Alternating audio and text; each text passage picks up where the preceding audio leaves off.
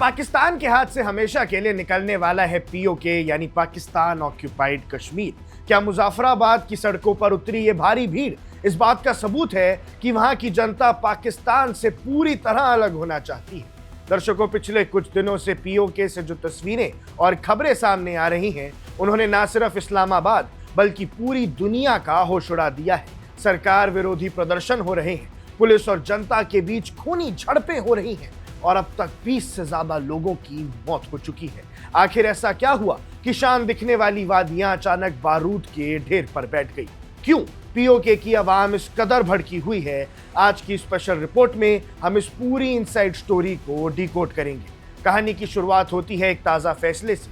PoK की 45 seats वाली legislative assembly में अचानक 12 सीट्स उन रेफ्यूजीज के लिए रिजर्व कर दी गई जो कश्मीर से बाहर पाकिस्तान के दूसरे हिस्सों में रह रहे हैं। अब आप सोचेंगे कि इसमें गलत क्या है? गलत यह है कि वहां के लोकल लोगों को लगता है कि ये चाल उनकी आवाज को दबाने के लिए खेली गई है। उनका मानना है कि इन बाहरी सीट्स के जरिए पाकिस्तान सरकार पीओके की राजनीति को अपने हिसाब से कंट्रोल करना चाहती है, जिससे लोकल लीडर्स की वैल्यू कम हो जाएगी। और बस इसी फैसले के खिलाफ एक्शन उठाया जॉइंट अवामी एक्शन कमेटी यानी JAAC ने। ये वहाँ का एक बड़ा सिविल सोसाइटी ग्रुप है, लेकिन सरकार ने बातचीत करने की बजाय एक ऐसा कदम उठाया जिसने आग में घी का काम कर दिया। पिछले हफ्ते प्रशासन ने एंटी टेररिज्म लॉ यानी आतंकवादी विरोधी कानून के तहत JAAC को बैन ही कर दिया। सोचिए, जो लोग अपनी राजनीतिक और आर्थिक दिक्कतों के लिए शांति से लड़ रहे थे, उन्हें रातों रात सरकार ने आतंकवादी घोषित कर दिया और इसके बाद पूरे रीजन में गुस्सा फूट पड़ा। इंटरनेट बंद कर दिया गया, धारा 144 लगा दी गई और JAAC के दफ्तरों को सील कर दिया गया। माहौल तब और बिगड़ गया जब पुलिस की गोलीबारी में JAAC के एक बड़े लीडर की मौत हो गई और जब उनके समर्थक हॉस्पिटल के मुर्दाघर के बाहर इकट्ठा हुए तो सुरक्षा बलों ने उन्हें जबरन हटाने की कोशिश की। देखते ही देखते मुजफ्फराबाद और आसपास के इलाके पूरी तरह से एक वॉर जोन जैसे में बदल गए। दोनों तरफ से फायरिंग हो रही थी। नतीजा ये हुआ कि कई लोगों की दर्दनाक मौत हो चुकी है। आंकड़े लगातार बढ़ रहे हैं भैया, 200 से ज्यादा लोग गंभीर रूप से घायल हैं और 20 से ज्यादा मौतें रिपोर्ट की जा रही हैं। लेकिन दोस्तों, बात सिर्फ इन 12 सीट्स या इस बैन की नहीं है। ये गुस्सा पिछले 2 साल से उबल रहा था। आज पीओके की जनता बुनियादी चीजों के लिए तरस रही है।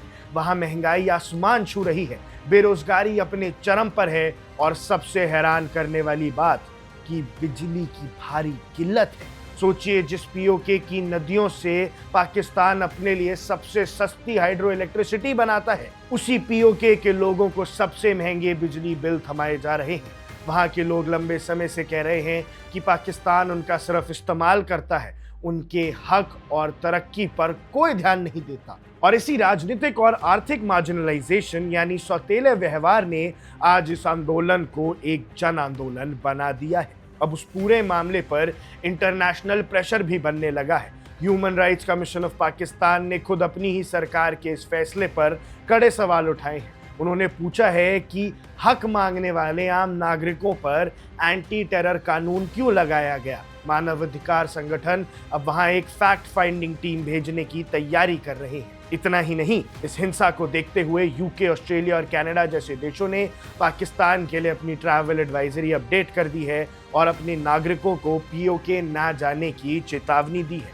आने वाली 27 जुलाई को पीओके में चुनाव होने वाले हैं। सरकार ने पूरे इलाके को छावनी में बदल दिया है, लेकिन JAAC और वहां की जनता पीछे हटने को तैयार नहीं है। मुजफ्फराबाद की सड़कों पर उमड़ा ये जन सैलाब साफ कह रहा है कि अब पानी सर से ऊपर जा चुका है। जिस पीओके को पाकिस्तान हमेशा से अपना मोहरा बनाकर इस्तेमाल करता आया है, आज वही मोहरा पलटकर इस्लामाबाद के सामने खड़ा हो गया है।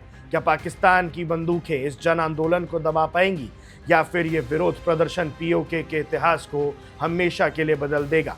ये आने वाला वक्त बताएगा। लेकिन इस पूरे मुद्दे पर आपकी क्या राय है, आप हमें कमेंट सेक्शन में जरूर बताइएगा। अब देख रहे हैं वन इंडिया, मैं हूं आकर्ष Kaushik. Subscribe to One India and never miss an update. Download the One India app now.